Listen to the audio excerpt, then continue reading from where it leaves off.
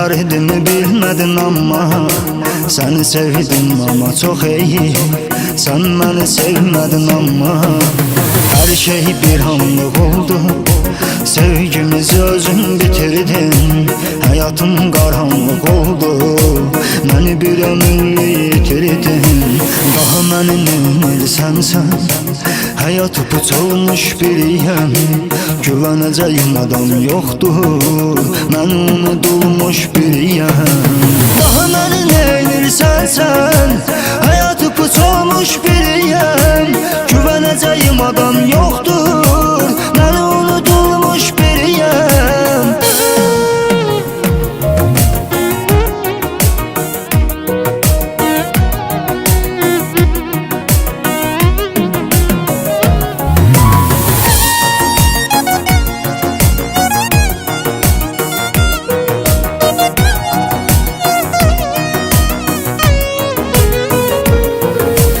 Kalbimi kırdın zalim. Axı sənə mən neyləmişəm? Heyif ki gez başa düşdün. Ömrümü məhv eyləmişəm.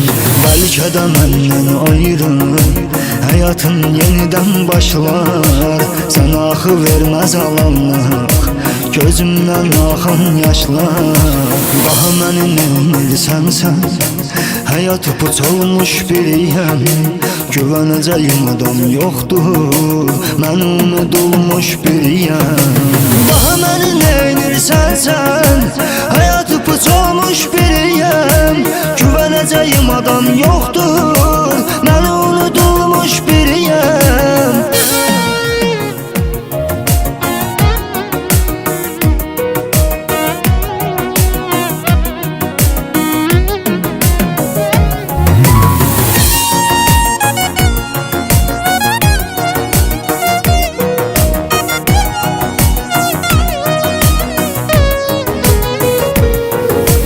Sen mənə acılar verdin.